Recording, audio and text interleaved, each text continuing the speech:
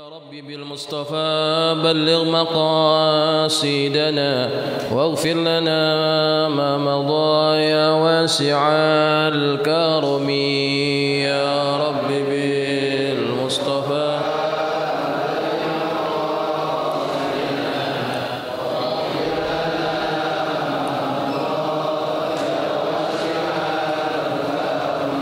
يا ربي هيئ لنا من أمرنا رشدا واجعل معونتك الحسنى لنا مددا يا رب بالمصطفى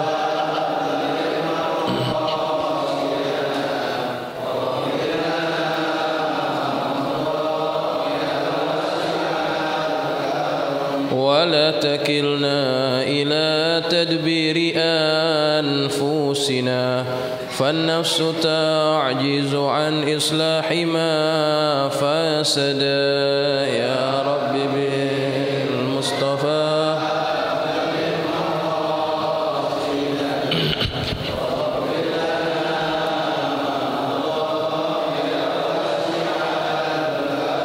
أنت الكريم وقد جهزت يا آملي إلى أيادك وجها سائلا ويدا يا رب بالمصطفى بلغ مقاصدنا واغفر لنا ما مضى يا واسع الكرم اللهم صل وسلم وبارك عليه وعلى آله. الفاتحة على نية أن الله يفتح علينا فتوح العارفين ويفقهنا وإياكم في الدين ويرزقنا كمال الإخلاص واليقين. ثم الفاتحة إلى روح مؤلف هذا الكتاب الإمام النووي بأن الله ينفعنا بأسراره وأنواره وعلومه ونفحاته في الدين والدنيا والآخرة. وثم إلى أرواح مشايخنا ومعلمينا وأساتذتنا على حبيب عبد الرحمن بن محمد السقاف وثم إلى محمد شافعي هدامي وثم إلى روحك يا عبد الشكور رملي وثم إلى سيف بن أنصير وثم إلى حفظ مرزقي وأن الله يتغشاهم بالرحمة والمغفرة. وإلى حضرة النبي المصطفى محمد صلى الله عليه وسلم. الفاتحة. أعوذ بالله من الشيطان الرجيم. بسم الله الرحمن الرحيم. الحمد لله رب العالمين الرحمن الرحيم مالك يوم الدين إياك نعبد وإياك نستعين اهدنا الصراط المستقيم صراط الذين أنعمت عليهم غير المغضوب عليهم ولا الضالين آمين. السلام عليكم ورحمة الله وبركاته. الحمد لله رب العالمين وبه نستعين على أمور الدنيا والدين والصلاة والسلام على أشرف المرسلين سيدنا ومولانا محمد وعلى آله وأصحابه أجمعين.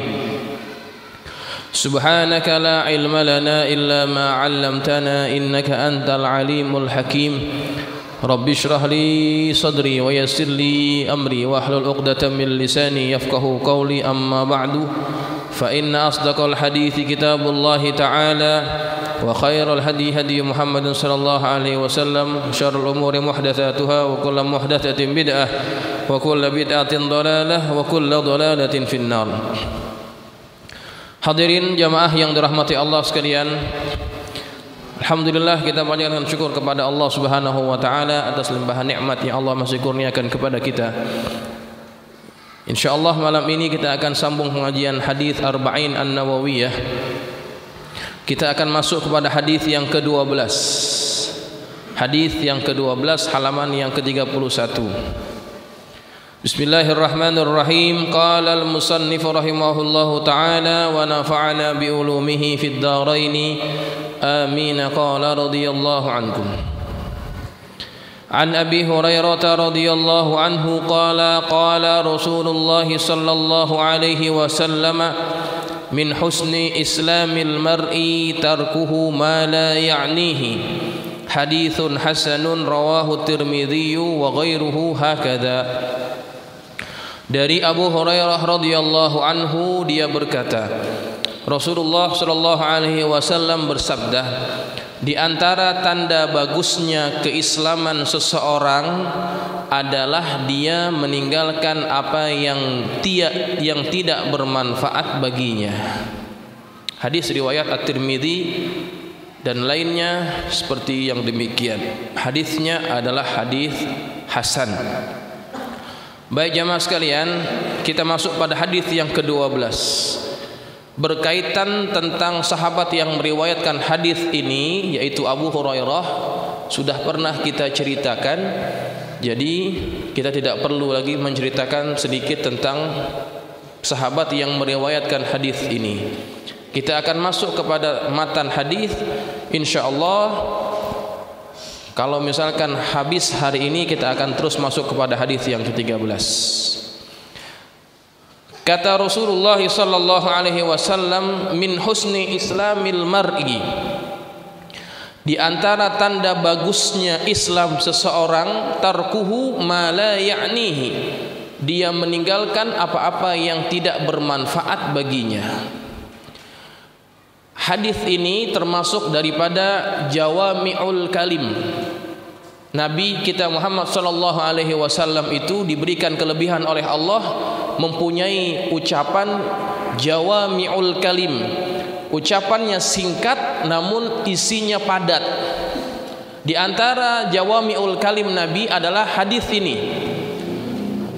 Min husni islamil mar'i tarkuhu ma la ya'nihi. Di antara tanda bagusnya Islam seseorang itu dia meninggalkan apa-apa yang tidak bermanfaat baginya.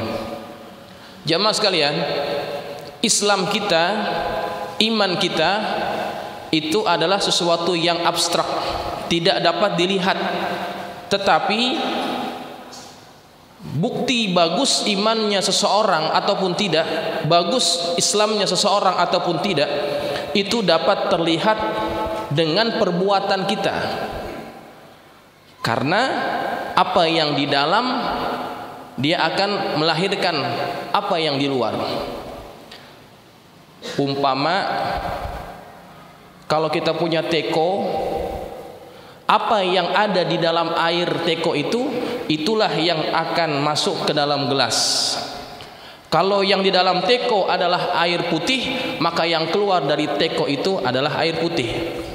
Kalau yang keluar air comberan, berarti dalamnya juga comberan. Maka begitu juga dengan iman kita, Islam kita. Di antara ciri bagusnya Islam seseorang, di antara cirinya adalah dia meninggalkan sesuatu yang tidak bermanfaat baginya. Lalu sebetulnya yang bermanfaat bagi kita itu apa sebetulnya? Dikatakan oleh para ulama, sebetulnya yang diperlukan oleh kita itu tidak banyak, ya. Yang diperlukan oleh manusia itu dalam hidupnya itu tidak banyak. Walladzi ya'nil insanu minal umuri huwa, yang diperlukan oleh manusia itu daripada beberapa perkara adalah ma yata'allaqu bidorurati hayatihi fi ma'ashih, apa-apa yang berkaitan dengan keperluan hidupnya. Nih, makan kita, pakaian kita, tempat tinggal kita, itu yang kita perlukan. Maka kalau bapak-bapak pergi keluar rumah untuk cari nafkah, menghidupi diri kita, menghidupi anak istri kita, itu perkara yang kita perlukan.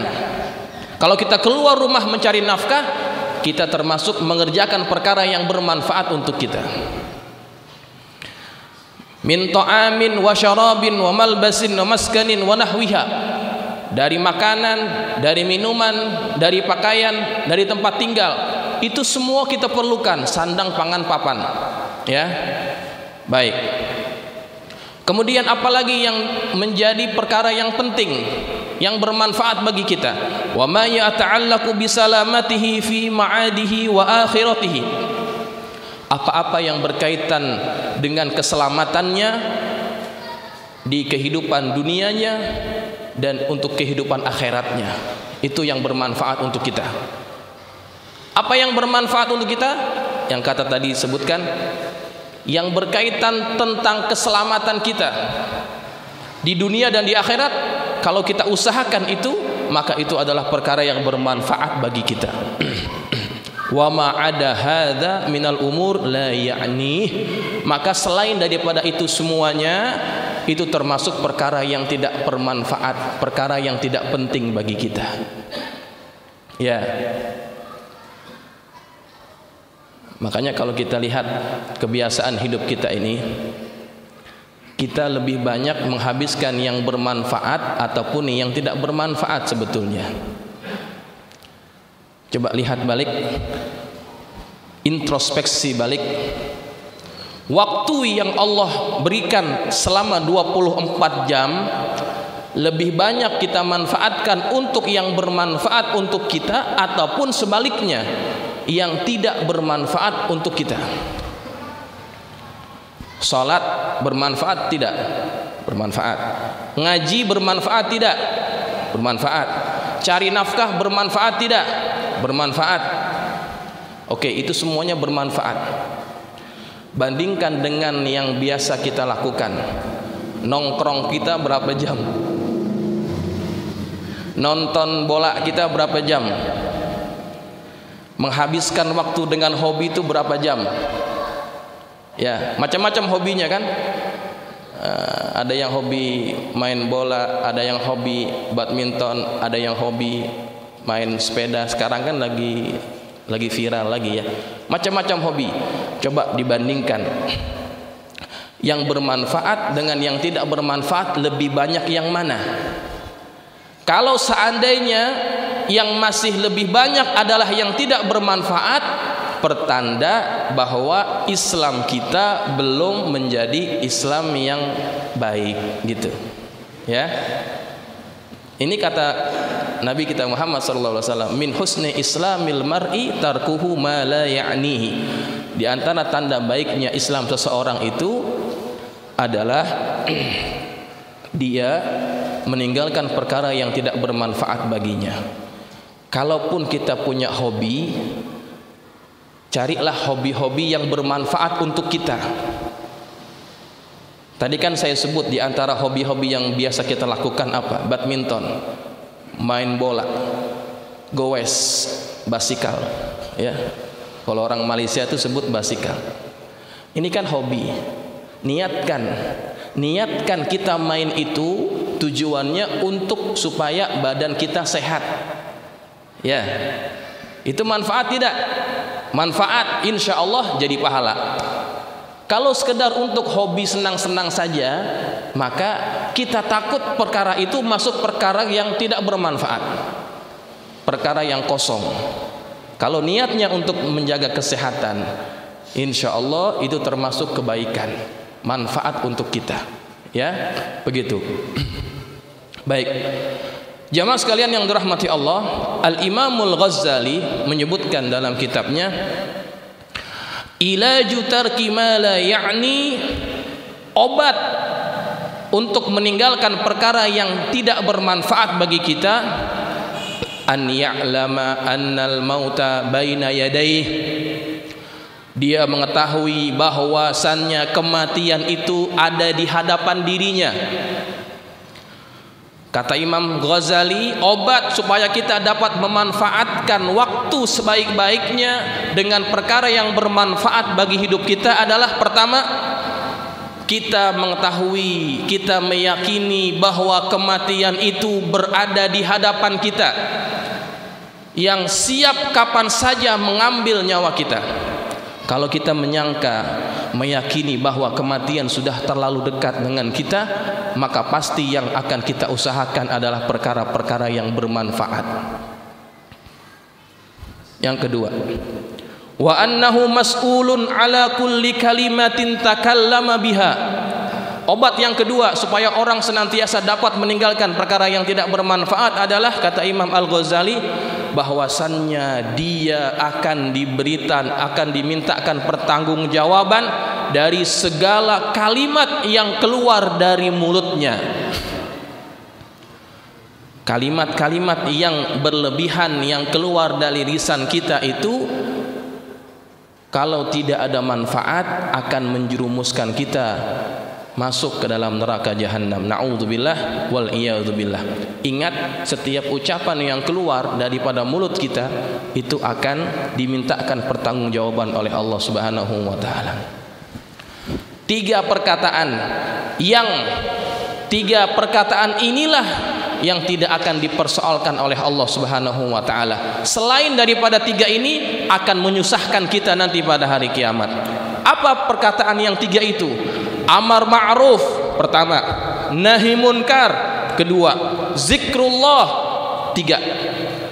Kalau yang keluar dari mulut kita tiga perkara ini tidak akan pernah menjerumuskan kita, tidak akan pernah menyusahkan kita.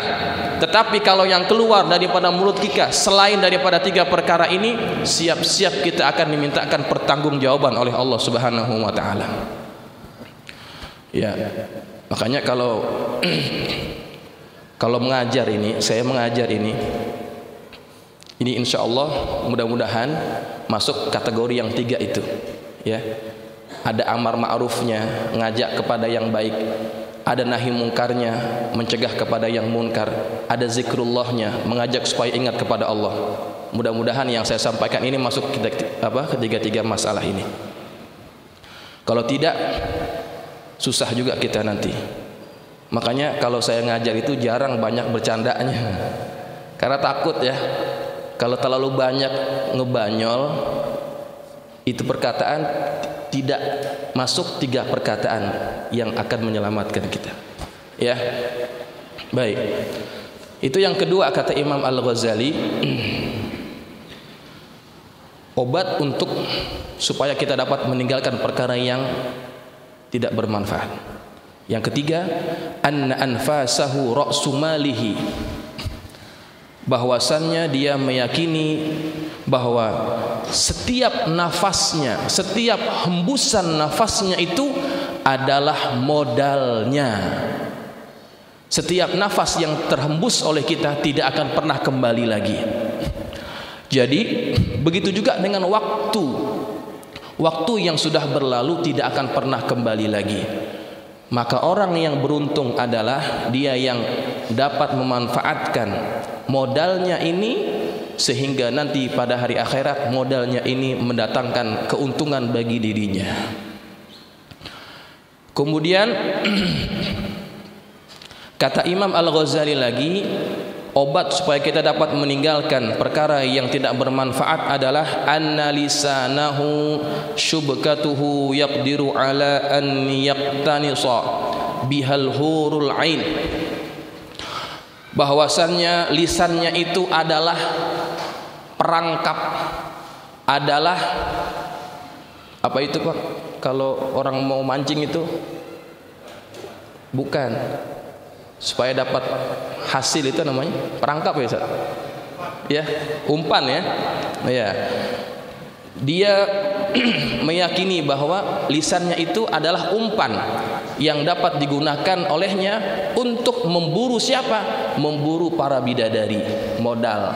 Lisan ini modal yang dapat kita manfaatkan untuk memburu siapa? Memburu malaikat, memburu para bidadari-bidadari yang sudah dipersiapkan nanti di surga. Fa ihmaluhu wa tadyi'uhu fi ma la ya'nihi khusranun mubin, dan dia juga meyakini bahwa sikapnya yang mengabaikan, mensia-siakan pada perkara yang tidak bermanfaat baginya itu adalah satu kerugian yang nyata. Ini kata Imam Al-Ghazali. Ya. Jadi segala sesuatu yang berlebihan dari keperluan kita itu namanya tidak bermanfaat. Banyak sebetulnya. Kita makan sehari berapa kali? 3 kali ya. 3 kali. Kalau kita lebih apa yang kita makan itu lebih dari yang sepatutnya, itu sebetulnya tidak bermanfaat. Pakaian kita perlu berapa banyak sebetulnya? Tidak banyak ya. maka yang di lemari yang banyak itu sebetulnya tidak bermanfaat bagi kita. Ucapan yang terlalu banyak kita keluarkan itu tidak bermanfaat bagi kita. Setiap yang tidak bermanfaat bagi kita itu nanti ada hisabnya. Semuanya ada hisabnya. Maka orang yang paling banyak hisabnya itu, paling lama hisabnya adalah orang yang paling banyak hartanya. Kenapa? Karena yang akan disoal oleh Allah akan banyak. Al-Imam Ali karramallahu wajhah, sahabat Nabi yang miskin sebetulnya. Bukan dia tidak mau jadi orang kaya, bukan dia tidak mampu jadi orang kaya, tetapi dia lebih memilih hidup dalam keadaan miskin. Karena apa? Kata dia, harta itu banyaknya adalah, harta itu halalnya adalah hisab, haramnya adalah azab. Gitu. Sayyidina Ali berkata demikian, harta itu halalnya hisab, haramnya azab. Makanya dia memilih tidak memiliki banyak harta. Karena semakin banyak harta kita, semakin lama hisab yang akan kita jalani. Begitu, ya. Baik jamaah sekalian yang dirahmati Allah, berkaitan dengan perkara yang tidak bermanfaat ini, di antara perkara yang paling banyak yang dilakukan oleh manusia terhadap perkara yang tidak bermanfaat adalah sesuatu yang keluar dari mulutnya. Nih, mulut kita terlalu banyak berkata yang tidak manfaat. Hati-hati. Kalau memang yang keluar itu perkara-perkara yang dilarang oleh Allah, mulut ini, lisan ini akan menjerumuskan kita masuk ke dalam neraka Allah Subhanahu wa taala. Nauzubillah wal iyaz billah. Dalam satu riwayat Imam Tirmizi meriwayatkan daripada Anas bin Malik radhiyallahu anhu, istashhada minna ghulamun yawma Uhudin. Ada seorang gulam, remaja, yang dia mati syahid waktu hari perang Uhud. Fawujida fi batnihi hajarun minal ju'. Ketika dibuka bajunya, didapati di perutnya itu ada batu yang diikat untuk menghilangkan rasa laparnya. Kemudian famasahat ummuhu turab ala wajhi.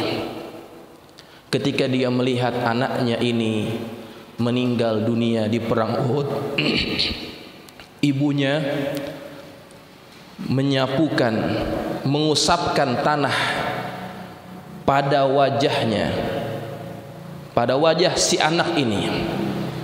Wa qalat, dan dia berkata, hani'an lakal jannah, tenanglah engkau akan dapat surga. Begitu kata ibunya.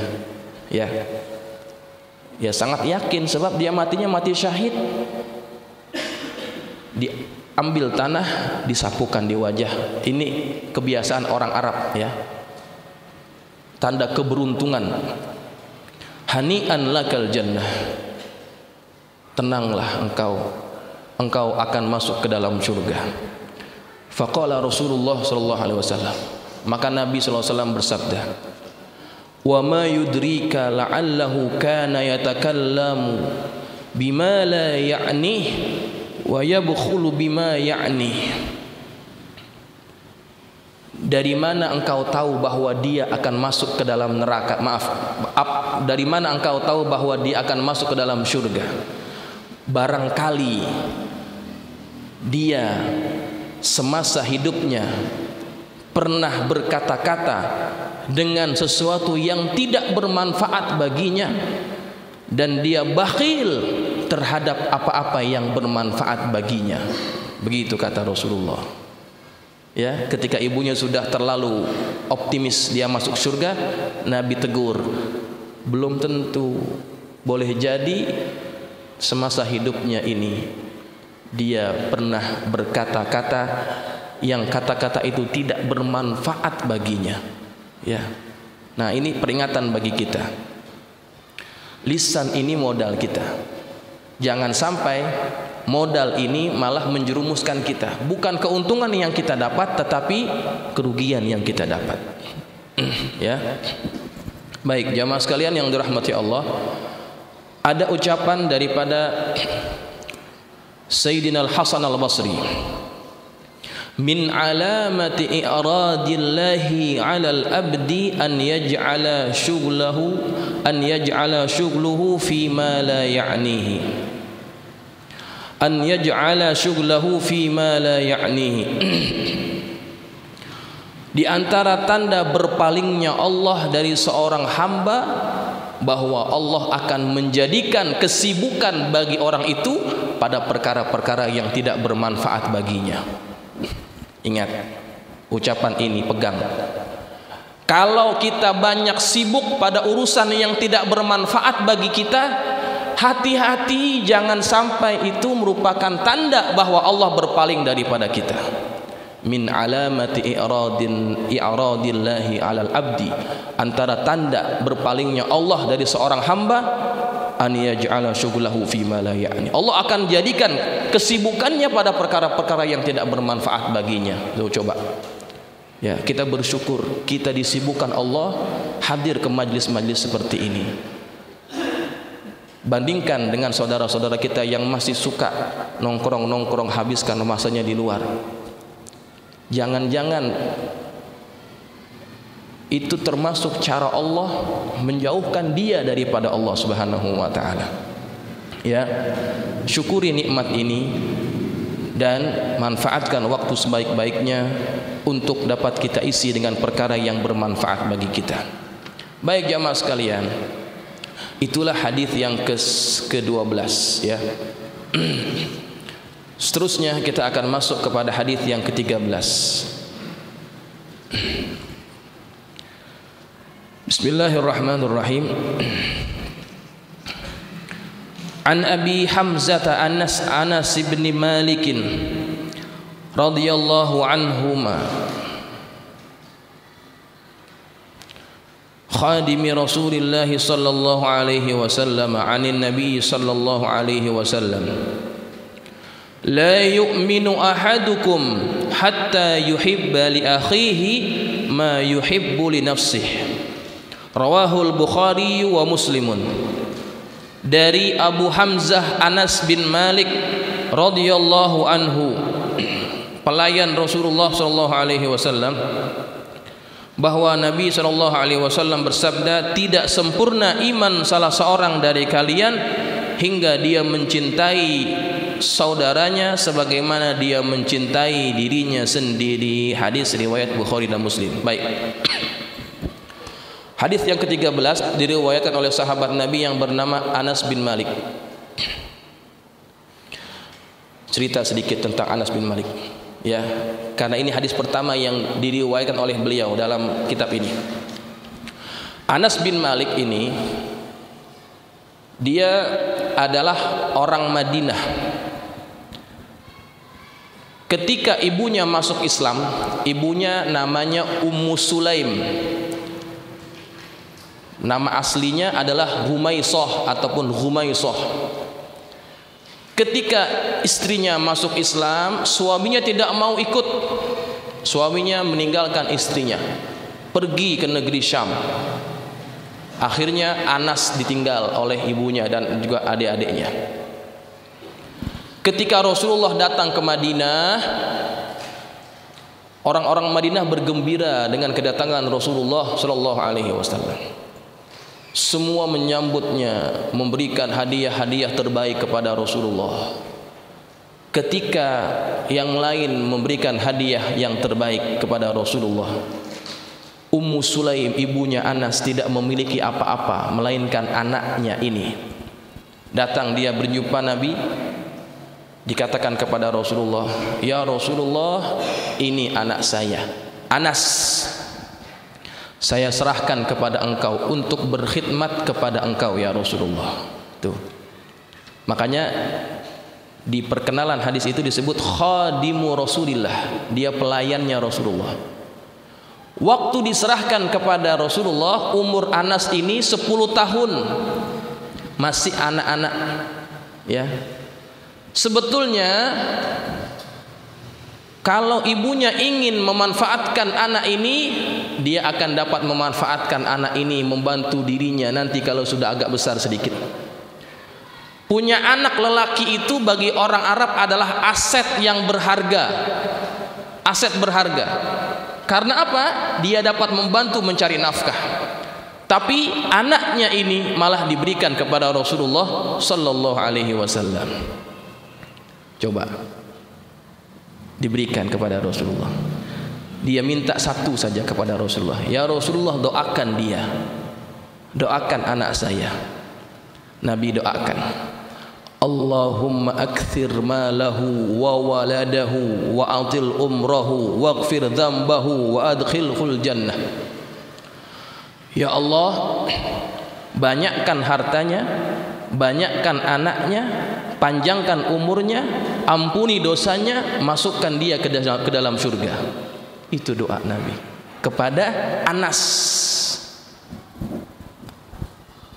Banyakkan harta, banyakkan anak, panjangin umur, masuk surga, ampunin dosa. Apa yang kita pengen lagi kalau sudah itu yang didoakan Nabi? Semuanya dapat. Dan doa ini betul-betul terwujud setelah Rasulullah wafat. Anas bin Malik menjadi salah seorang sahabat Nabi yang banyak hartanya. Dari mana hartanya itu banyak? Kalau orang lain punya kebun kurma berbuah setahun sekali, Anas punya kebun itu berbuah setahun 2 kali. Bayangkan, kalau hasilnya 2 kali lipat dibandingkan punya orang, tentu pendapatannya lebih banyak. Bukan hanya itu, kebun kurma milik Anas punya wangi yang lain daripada yang lain. Wangi kebunnya. Tuh, Anas punya kelebihan. Duitnya banyak, hartanya banyak. Nabi doakan apa tadi? Banyakkan anaknya. Berapa anaknya Anas bin Malik kira-kira? Ukuran kita banyak berapa Ustaz? 8, 10. Menurut riwayat, anaknya Anas bin Malik ini adalah 120 orang. Anaknya 120 orang. Dalam riwayat 125 orang. Banyak tidak? Wah, itu bukan banyak lagi. Kalau Nabi sudah doakan, maka pasti terwujud. Nabi doakan supaya anaknya banyak, hartanya banyak, terkabul semuanya. 120, bayangkan. Panjangkan umurnya.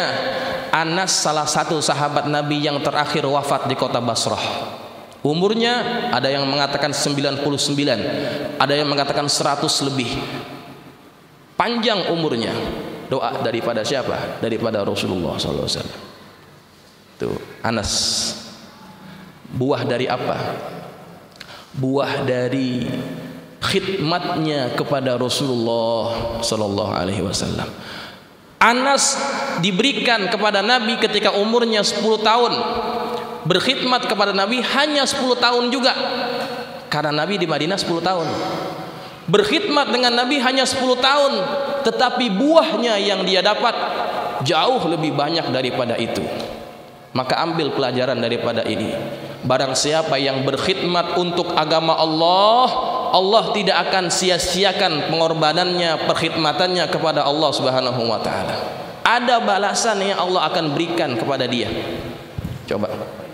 Seandainya ibunya Anas ini tidak memberikan Anas kepada Rasulullah, hanya berkhidmat kepada dirinya, tentu ibunya tidak akan mendapatkan anak yang seperti ini. Ibunya termasuk orang yang sangat dicintai, yang sangat dicintai oleh Nabi kita Muhammad SAW, Ummu Sulaim, ya, sangat cinta. Nah, Anas pun juga mewarisi cinta itu. Dia sangat cinta kepada Rasulullah SAW. Dia pernah bercerita, sepanjang aku berkhidmat kepada Rasulullah, tidak pernah Rasulullah itu marah barang sekali kepada aku. Sekalipun Rasulullah tidak pernah marah kepada dia. Walhal aku pernah beberapa kali membuat perkara yang seharusnya membuat dia marah, tetapi Nabi tidak marah. Pernah Nabi menyuruh dia untuk memberikan satu benda kepada orang lain. Maka Anas disuruh pergi. Ketika di jalan, dia ketemu kawan-kawannya, teman-temannya, ya namanya anak-anak, bocah 10 tahunan, ketemu anak-anak sebaya dengan dia, apa yang dia buat? Ikutan main, gitu ya. Padahal dia disuruh oleh Nabi untuk pergi ke satu tempat, dia malah main. Nabi tunggu, kemana Anas ini tidak datang-datang. Nabi samperin, rupa-rupanya dia lagi main sama kawan-kawannya. Nabi kalau manggil dia itu panggilan lembut, ya Unais, gitu kan. Wahai Unais, Nabi hanya panggil begitu, langsung terkejut Anas. Dia terlupa tugas yang seharusnya dilaksanakan belum dilaksanakan. Nabi tidak marah. Nabi hanya panggil namanya, dia pun langsung ngibrit. Tuh, dia bercerita sepanjang dia berkhidmat dengan Nabi, tidak pernah Nabi marah dengan Anas bin Malik. Anas bin Malik juga sangat sayang dan sangat cinta kepada Nabi. Maka kata Anas, di antara hadis yang saya sangat suka adalah ketika Nabi berkata, "Al-mar'u ma'a man ahab." Seseorang itu akan bersama dengan orang yang dia cintai. Kata Anas bin Malik, itulah ucapan yang paling aku suka mendengarnya daripada Rasulullah. Karena Anas memiliki cinta yang besar kepada Rasulullah SAW. Jangankan perkara ibadah, perkara-perkara yang tidak ada kaitan dengan ibadah itu juga ditiru oleh Anas bin Malik karena cintanya kepada Rasulullah. Mungkin pernah saya cerita juga, Anas bin Malik ini pernah diajak makan dengan Rasulullah ke rumah salah seorang sahabatnya. Maka Nabi mengambil makanan itu, mengambil sayur, dilihat Nabi mengambil apa. Rupa-rupanya Nabi mengambil labu. Nabi ambil labu, ditaruh di piringnya, dimakan. Kata Anas, sebelum ini saya tidak pernah suka makan labu, tapi ketika aku melihat Rasulullah makan labu, aku jadi suka makan labu. Coba, itu kan bukan urusan ibadah, tidak ada kaitan dengan ibadah, tapi lantaran dia punya cinta yang besar dengan Rasulullah, apa yang menjadi kesukaan Nabi itu pun menjadi kesukaannya. Cinta. Sebelum dia meninggal dunia, dia pernah berpesan kepada seorang tabi'in yang bernama Thabit al-Bunani. Untuk apa? Untuk diletakkan, kalau dia nanti mati, diletakkan rambut milik Rasulullah, diletakkan di bawah lidahnya ketika nanti dia mati. Coba, kenapa? Karena dia ingin berdampingan dengan sesuatu daripada jasadnya Rasulullah sallallahu alaihi wasallam. Rambutnya yang dia miliki daripada rambut Nabi minta diletakkan nanti kalau dia mati di bawah lidahnya. Coba. Kemudian dia pesan kepada keluarganya, kalau nanti saya mati, letakkan tongkat ini. Tongkat itu adalah tongkat yang diberikan oleh Nabi kepada dirinya. Letakkan tongkat ini, masukkan bersama aku dalam liang lahatku. Karena apa? Karena dia ingin berdampingan dengan sesuatu yang pernah disentuh oleh Nabi kita Muhammad sallallahu alaihi wasallam. Ini cinta yang besar kepada Rasulullah. Maka Anas menjadi orang yang juga dicintai Allah dan Rasulnya. Maka tirulah orang yang seperti ini, cinta kepada Rasulullah yang begitu besar sehingga Allah juga mencintai dia. Baik, jamaah sekalian yang dirahmati Allah, itu berkaitan dengan Anas ibn Malik. Anas ibn Malik termasuk salah seorang sahabat Nabi yang banyak meriwayatkan hadis. Baik, saya mau masuk kepada hadisnya, tapi waktunya hampir masuk Isya ini. Saya takut kalau kita masuk ke matan hadis tidak selesai pembahasan, waktunya nanti habis ya. Jadi saya buka saja, kalau yang ingin bertanya silakan. Berkaitan topik kita hari ini ataupun selain daripada itu silakan kalau yang ingin bertanya.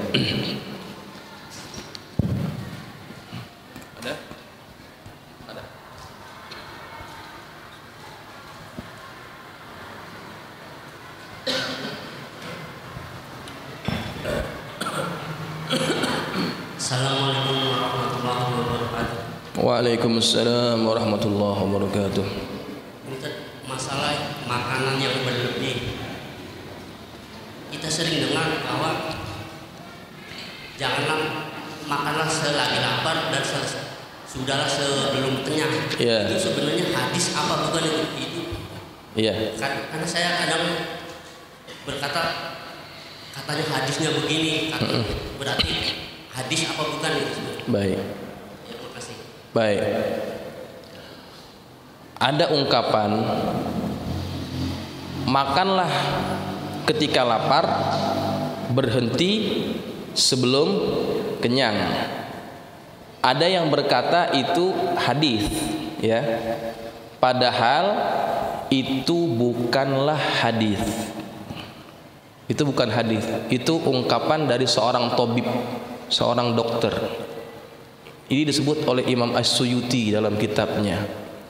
Jadi pernah ada salah seorang raja yang dia menderita sakit. Kemudian dia mengadakan sayembara. Sebetulnya obat yang paling mujarab itu apa? Maka banyak itu tabib-tabib, dukun-dukun yang mengatakan ini obat yang paling baik, yang paling mujarab, macam-macam. Tapi tabib ini tidak menawarkan obat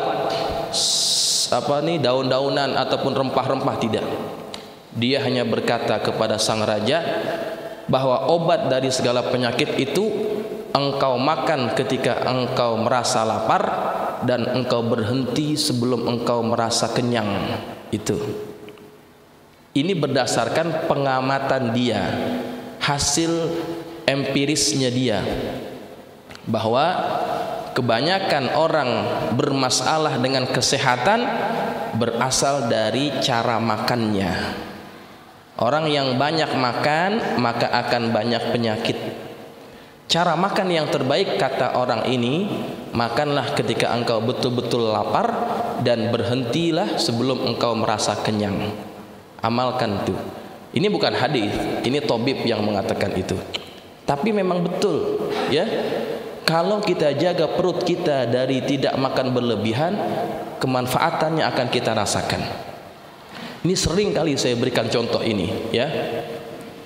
Ini sering kali. Mungkin ada yang pernah ingat, mungkin ada juga yang lupa. Perdana Menteri Malaysia itu kan umurnya 90, sekarang 96 tahun. Tidak ada yang tua setua itu di sini. Paling tua kan di sini Haji Sukirno. Itu mungkin 80-an saja. Ini Mahathir Muhammad umurnya 96-97. Tapi ini orang badannya masih segar, kemudian tidak pikun, jalannya masih seperti orang yang normal, tidak terincut-incut, tidak pakai tongkat, naik tangga masih bisa, ngomong berdiri masih bisa, dengan waktu yang lama masih bisa ini orang, bawa mobil juga masih bisa. Umurnya sudah 96 tahun. Setiap kali ditanya oleh orang apa rahasianya, dia selalu menjawab dengan jawaban yang konsisten. Kata dia mengamalkan petua orang tuanya, petua ibunya, berhenti makan ketika sedang sedap-sedapnya. Tuh. Artinya dia berhenti makan sebelum dia merasa kenyang. Itu yang dia amalkan. Nah, betul dia dapatkan itu, manfaatnya dia dapatkan itu. sehat badannya. Ya. Coba deh lihat orang yang punya penyakit kencing manis, darah tinggi, kolesterol, asam urat. Coba gaya makannya waktu masih muda bagaimana? Ya. Kalau belum tahap 2 kali kita belum berhenti. Itu kita dulu, ya. Ya kan? Maka sekarang kalau kita kolesterol, asam urat, darah tinggi, itu gara-gara kita juga, ya. Dan Allah pun sebutkan dalam Quran, wa kulu washrabu wala tusrifu. Allah suruh kita makan, Allah suruh kita minum, tapi ada garis panduan, wala tusrifu, jangan berlebihan. Gitu, ya. Jadi ucapan itu bukan hadis, tetapi tabib, dokter, tapi sangat sesuai dengan ajaran Islam, ya. Sangat sesuai. Yang masih muda-muda, nah itu amalkan ini, ya, amalkan itu. Ada lagi? Nggak ada, ya? Baik, kalau tidak ada lagi pertanyaan, kita tutup ta'lim kita. Insyaallah minggu depan kita akan masuk kepada matan hadis yang ke-13, ya. Mudah-mudahan ta'lim kita bermanfaat, apa yang kita pelajari dapat kita amalkan dalam kehidupan keseharian kita. Al-Fatihah. A'udzu billahi minasyaitonir rajim. Bismillahirrahmanirrahim. Alhamdulillahirabbil alamin arrahmanir rahim maliki yaumiddin. Iyyaka na'budu wa iyyaka nasta'in. Ihdinas siratal mustaqim. Siratal ladzina an'amta 'alaihim ghairil maghdubi 'alaihim waladdallin. Amin. Bismillahirrahmanirrahim. Alhamdulillahi rabbil alamin. Wassalatu wassalamu ala asyrafil mursalin sayyidina maulana Muhammadin wa ala alihi wa ashabihi ajma'in. Allahumma anfa'na bima 'allamtana wa 'allimna ma yanfa'una. Allahumma zidna wa la tankusna wa akrimna wa la tuhinna wa atina wa la tahrimna wa athirna wa la tu'thir 'alaina wa ardina wardu 'anna. Allahumma inna nas'aluka bihaqqi Fatimata wa abiha wa ba'liha wa baniha iftah 'alaina wa 'ala أولادنا وتلاميذنا فتوح العارفين فقهنا وإياكم في الدين وارزقنا كمال الإخلاص واليقين. اللهم ارزقنا فهم النبيين وحفظ المرسلين وإلهام الملائكة المقربين برحمتك يا أرحم الراحمين. اللهم اجعلنا من الذين يستمعون القول فيتبعون أحسنه. وصلى الله على سيدنا محمد وعلى آله وصحبه وسلم والحمد لله رب العالمين. السلام عليكم ورحمة الله وبركاته.